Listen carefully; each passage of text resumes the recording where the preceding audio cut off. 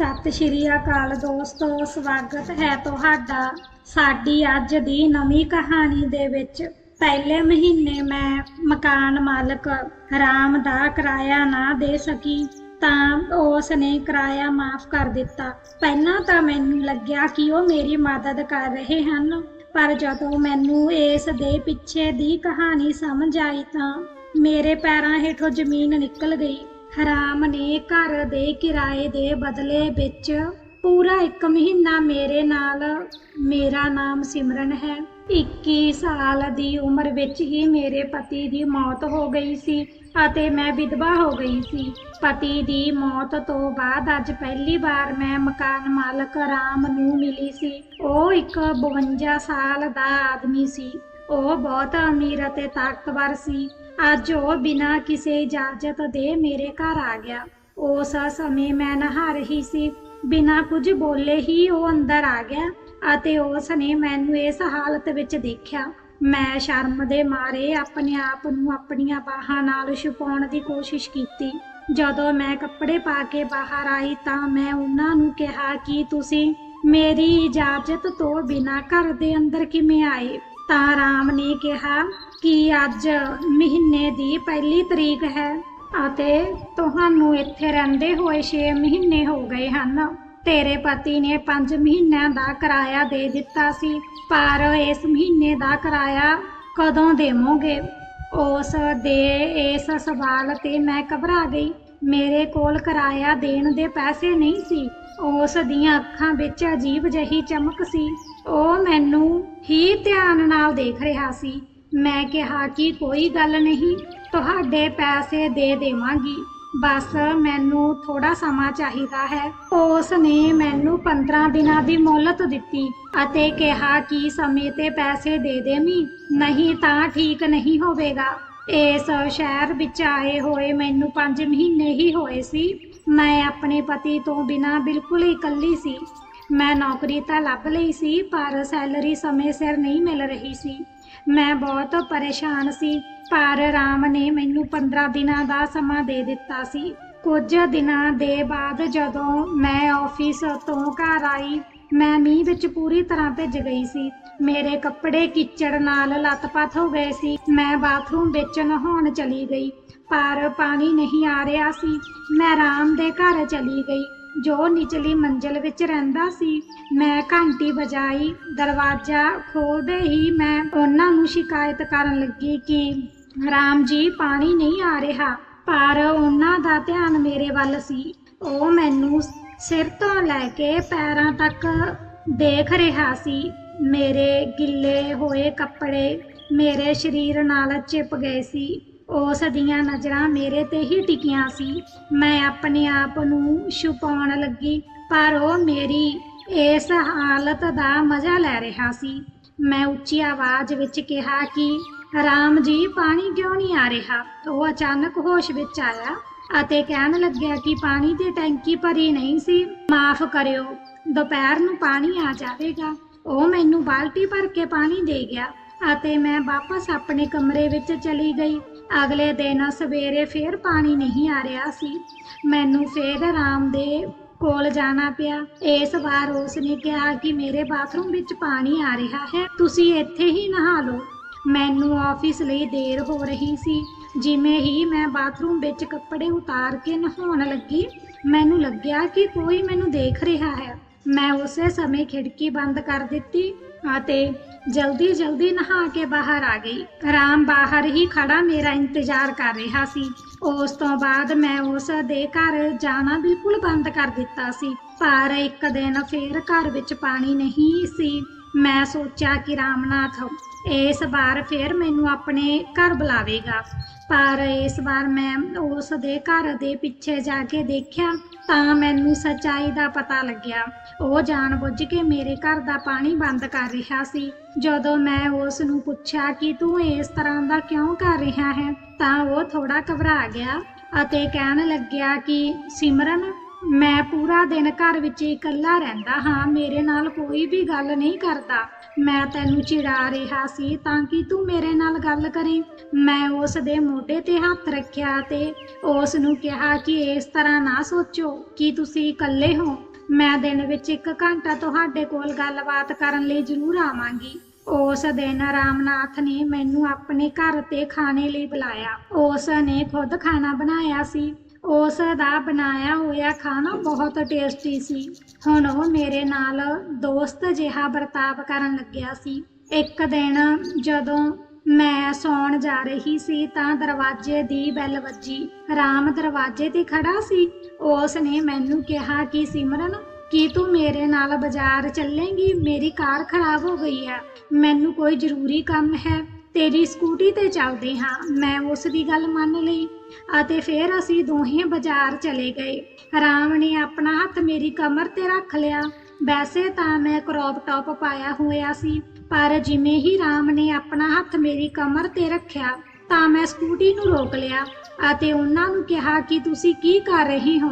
ਤਾਂ ਰਾਮ ਨੇ ਕਿਹਾ ਕਿ ਮੈਨੂੰ ਪਿੱਛੇ ਬੈਠਣ ਤੋਂ ਡਰ ਲੱਗਦਾ ਹੈ, ਇਸ ਲਈ ਮੈਂ ਤੈਨੂੰ ਫੜ ਕੇ ਬੈਠਿਆ ਸੀ। ਉਹਨਾਂ ਦੀ ਉਮਰ ਦਾ ਲਿਹਾਜ਼ ਕਰਦੇ ਹੋਏ ਮੈਂ ਉਹਨਾਂ ਨੂੰ ਜ਼ਿਆਦਾ ਕੁਝ ਨਹੀਂ ਕਿਹਾ ਅਤੇ ਫਿਰ ਮੈਂ ਸਕੂਟੀ ਸਟਾਰਟ ਕੀਤੀ ਅਤੇ ਚੱਲਣ ਲੱਗੀ। ਸਾਹਮਣੇ ਬ੍ਰੇਕਰ ਸੀ। ਮੈਂ ਜਿਵੇਂ ਹੀ ਬ੍ਰੇਕ ਲਗਾਇਆ ਤਾਂ ਰਾਮ ਦੇ ਹੱਥ ਫੇਰ ਤੋਂ ਮੇਰੇ ਸਰੀਰ ਤੇ ਲੱਗੇ। ਮੈਂ ਆਪਣੇ ਆਪ ਨੂੰ ਸੰਭਾਲਿਆ ਅਤੇ ਬਾਜ਼ਾਰ ਵਿੱਚ ਪਹੁੰਚ ਗਈ। ਬਾਜ਼ਾਰ ਵਿੱਚ ਪਹੁੰਚਣ ਤੋਂ ਬਾਅਦ ਮੈਂ ਬਹੁਤ ਸਾਰੀ ਖਰੀਦਾਰੀ ਕੀਤੀ ਅਤੇ ਕੁਝ ਸਮਾਨ ਰਾਮ ਦੇ ਬੈਗ ਦੇ ਵਿੱਚ ਰੱਖ ਦਿੱਤਾ ਕਿਉਂਕਿ ਮੇਰਾ ਬੈਗ ਭਰ ਗਿਆ ਸੀ। ਥੋੜੇ ਸਮੇਂ ਬਾਅਦ ਮੀਂਹ ਪੈਣ ਲੱਗਿਆ। ਮੀਂਹ ਪੈਣ ਦੇ ਕਾਰਨ ਘਰ ਦੀਆਂ ਛੱਤਾਂ ਵਿੱਚ ਦੀ ਪਾਣੀ ਆਉਣ ਲੱਗਿਆ। ਪੂਰੀ ਰਾਤ ਪਾਣੀ ਡਿੱਗਣ ਦੇ ਕਾਰਨ ਮੈਂ ਸੌ ਨਾ ਸਕੀ। ਮੈਂ ਰਾਮ ਨੂੰ ਉਹਨਾਂ ਦੇ ਮਕਾਨ ਦੀ ਸਮੱਸਿਆ ਦਿਖਾਈ ਤਾਂ ਉਹਨਾਂ ਨੇ ਮੈਨੂੰ ਆਪਣੇ ਘਰ ਵਿੱਚ ਰਹਿਣ ਦੀ ਸਲਾਹ ਦਿੱਤੀ। ਇਸ ਸਮੇਂ ਮੇਰੇ ਕੋਲ ਹੋਰ ਕੋਈ ਚਾਰਾ ਵੀ ਨਹੀਂ ਸੀ, ਇਸ ਲਈ ਮੈਂ ਉਹਨਾਂ ਦੇ ਘਰ ਵਿੱਚ ਸੌਣ ਲਈ ਚਲੀ ਗਈ। ਰਾਮ ਨੇ ਮੈਨੂੰ ਆਪਣੇ ਘਰ ਦਾ ਇੱਕ ਕਮਰਾ ਦੇ ਦਿੱਤਾ ਅਤੇ ਉਹਨਾਂ ਨੇ ਮੈਨੂੰ ਦੱਸਿਆ ਕਿ ਇਹ ਕਮਰਾ ਉਹਨਾਂ ਦੀ ਪਤਨੀ ਦਾ ਹੈ ਜੋ ਆਪਣੇ ਬੇਟੇ ਨਾਲ ਪਿੰਡ ਗਈ ਹੋਈ ਹੈ। ਮੈਂ ਸੌਣ ਲਈ ਬਿਸਤਰਾ ਠੀਕ ਕਰਨ ਲੱਗੀ। ਰਾਮ ਕਮਰੇ ਵਿੱਚ ਆਇਆ। ਉਹਨਾਂ ਦੇ ਹੱਥ ਵਿੱਚ ਇੱਕ ਡੱਬਾ ਸੀ। ਉਹਨਾਂ ਨੇ ਕਿਹਾ ਕਿ ਸਿਮਰਨ, ਤੇਰਾ ਇਹ ਕੱਪੜਿਆਂ ਵਾਲਾ ਡੱਬਾ ਮੇਰੇ ਬੈਗ ਵਿੱਚ ਰਹਿ ਗਿਆ ਸੀ, ਸ਼ਾਇਦ ਤੂੰ ਭੁੱਲ ਗਈ ਸੀ। ਮੈਂ ਉਸੇ ਸਮੇਂ ਉਹ ਡੱਬਾ ਲੈਤਾ ਕਿਉਂਕਿ ਉਸ ਵਿੱਚ ਮੇਰੇ ਕੱਪੜੇ ਸੀ। ਫਿਰ ਮੈਂ ਉਹਨਾਂ ਨੂੰ ਗੁੱਡ ਨਾਈਟ ਕਿਹਾ ਅਤੇ ਲਾਈਟ ਬੰਦ ਕਰਕੇ ਸੌਣ ਚਲੀ ਗਈ। ਅਚਾਨਕ ਤੋਂ ਫਿਰ ਰਾਮ ਨੇ ਲਾਈਟ ਜਗਾ ਦਿੱਤੀ ਅਤੇ ਕਹਿਣ ਲੱਗਿਆ ਕਿ ਰੁਕ, ਹਜੇ ਸੌਣਾ ਨਹੀਂ ਹੈ, ਕਿਚਨ ਵਿੱਚ ਕਾੜਾ ਬਣਾ ਕੇ ਰੱਖਿਆ ਹੈ, ਉਸ ਨੂੰ ਪੀ ਲੈ। ਮੀਂਹ ਵਿੱਚ ਭਿੱਜਣ ਦੇ ਕਾਰਨ ਤੈਨੂੰ ਛਿੱਕਾਂ ਆ ਰਹੀਆਂ ਸੀ, ਜਦੋਂ ਕਿ ਮੈਨੂੰ ਤਾਂ ਇਸ ਗੱਲ ਦਾ ਧਿਆਨ ਹੀ ਨਹੀਂ ਸੀ, ਪਰ ਰਾਮ ਮੇਰਾ ਧਿਆਨ ਰੱਖ ਰਿਹਾ ਸੀ। ਮੈਂ ਕਾੜਾ ਪੀਤਾ ਤੇ ਫਿਰ ਆਰਾਮ ਨਾਲ ਸੌਂ ਗਈ। ਅਗਲੇ ਦਿਨ ਮੈਂ ਆਫਿਸ ਤੋਂ ਛੁੱਟੀ ਕਰ ਲਈ। ਮੈਂ 9 ਵਜੇ ਉੱਠੀ। ਇਸ ਤੋਂ ਪਹਿਲਾਂ ਰਾਮ ਮੈਨੂੰ ਬੁਲਾਉਣ ਆਉਂਦਾ। ਮੈਂ ਨਹਾਉਣ ਲਈ ਚਲੀ ਗਈ। ਨਹਾਉਣ ਤੋਂ ਬਾਅਦ ਮੈਂ ਆਪਣੇ ਸਰੀਰ ਨੂੰ ਤੌਲੀਏ ਵਿੱਚ ਲਪੇਟ ਕੇ ਆਪਣੇ ਕੱਪੜੇ ਲੱਭਣ ਲੱਗੀ ਕਿ ਮੈਂ ਕਿਹੜੇ ਕੱਪੜੇ ਪਾਉਣੇ ਹਨ ਤਾਂ ਅਚਾਨਕ ਰਾਮ ਮੇਰੇ ਕਮਰੇ ਵਿੱਚ ਆ ਗਿਆ। ਮੇਰੇ ਕਮਰੇ ਦਾ ਦਰਵਾਜ਼ਾ ਖੁੱਲ੍ਹਾ ਸੀ, ਜਿਸ ਕਾਰਨ ਉਹ ਸਿੱਧਾ ਅੰਦਰ ਆ ਗਿਆ।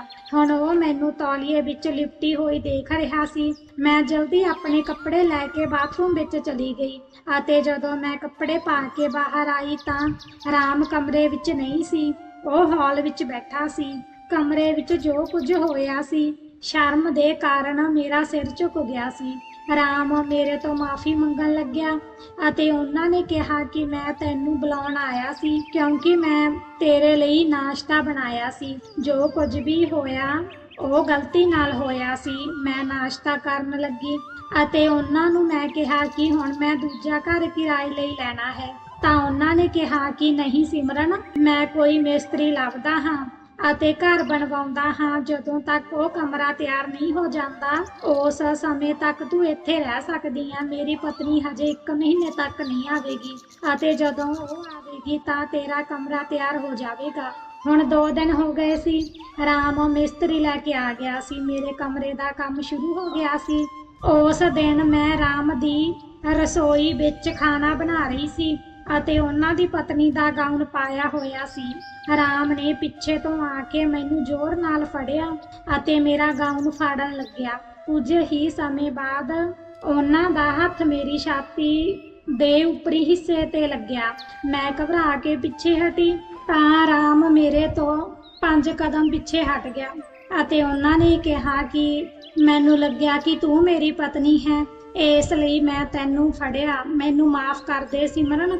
ਮੈਂ ਕਿਹਾ ਕਿ ਕੋਈ ਗੱਲ ਨਹੀਂ। ਉਸ ਦਿਨ ਰਾਤ ਦੇ ਖਾਣੇ ਤੋਂ ਬਾਅਦ ਜਦੋਂ ਮੈਂ ਬਚਿਆ ਹੋਇਆ ਖਾਣਾ ਰਸੋਈ ਵਿੱਚ ਲੈ ਕੇ ਜਾ ਰਹੀ ਸੀ ਤਾਂ ਪਲੇਟ ਮੇਰੇ ਹੱਥ 'ਚੋਂ ਡਿੱਗ ਗਈ। ਖਾਣਾ ਫਰਸ਼ ਤੇ ਡਿੱਗ ਗਿਆ ਅਤੇ ਮੈਂ ਉਸ ਨੂੰ ਸਾਫ਼ ਕਰਨ ਲਈ ਕਿਚਨ ਵਿੱਚੋਂ ਕੱਪੜਾ ਲੈਣ ਗਈ ਸੀ। ਉਸ ਸਮੇਂ ਰਾਮ ਵੀ ਮੇਰੇ ਪਿੱਛੇ ਪਿੱਛੇ ਆ ਰਿਹਾ ਸੀ। ਉਹਨਾਂ ਦਾ ਪੈਰ ਤਿਲਕ ਗਿਆ ਤੇ ਉਹ ਨੀਚੇ ਡਿੱਗ ਗਏ। ਮੈਂ ਉਹਨਾਂ ਦਾ ਹੱਥ ਫੜ ਕੇ ਉਹਨਾਂ ਨੂੰ ਕਮਰੇ ਵਿੱਚ ਲੈ ਗਈ ਅਤੇ ਉਹਨਾਂ ਦੀ ਕਮਰ ਦੀ ਮਸਾਜ ਕੀਤੀ।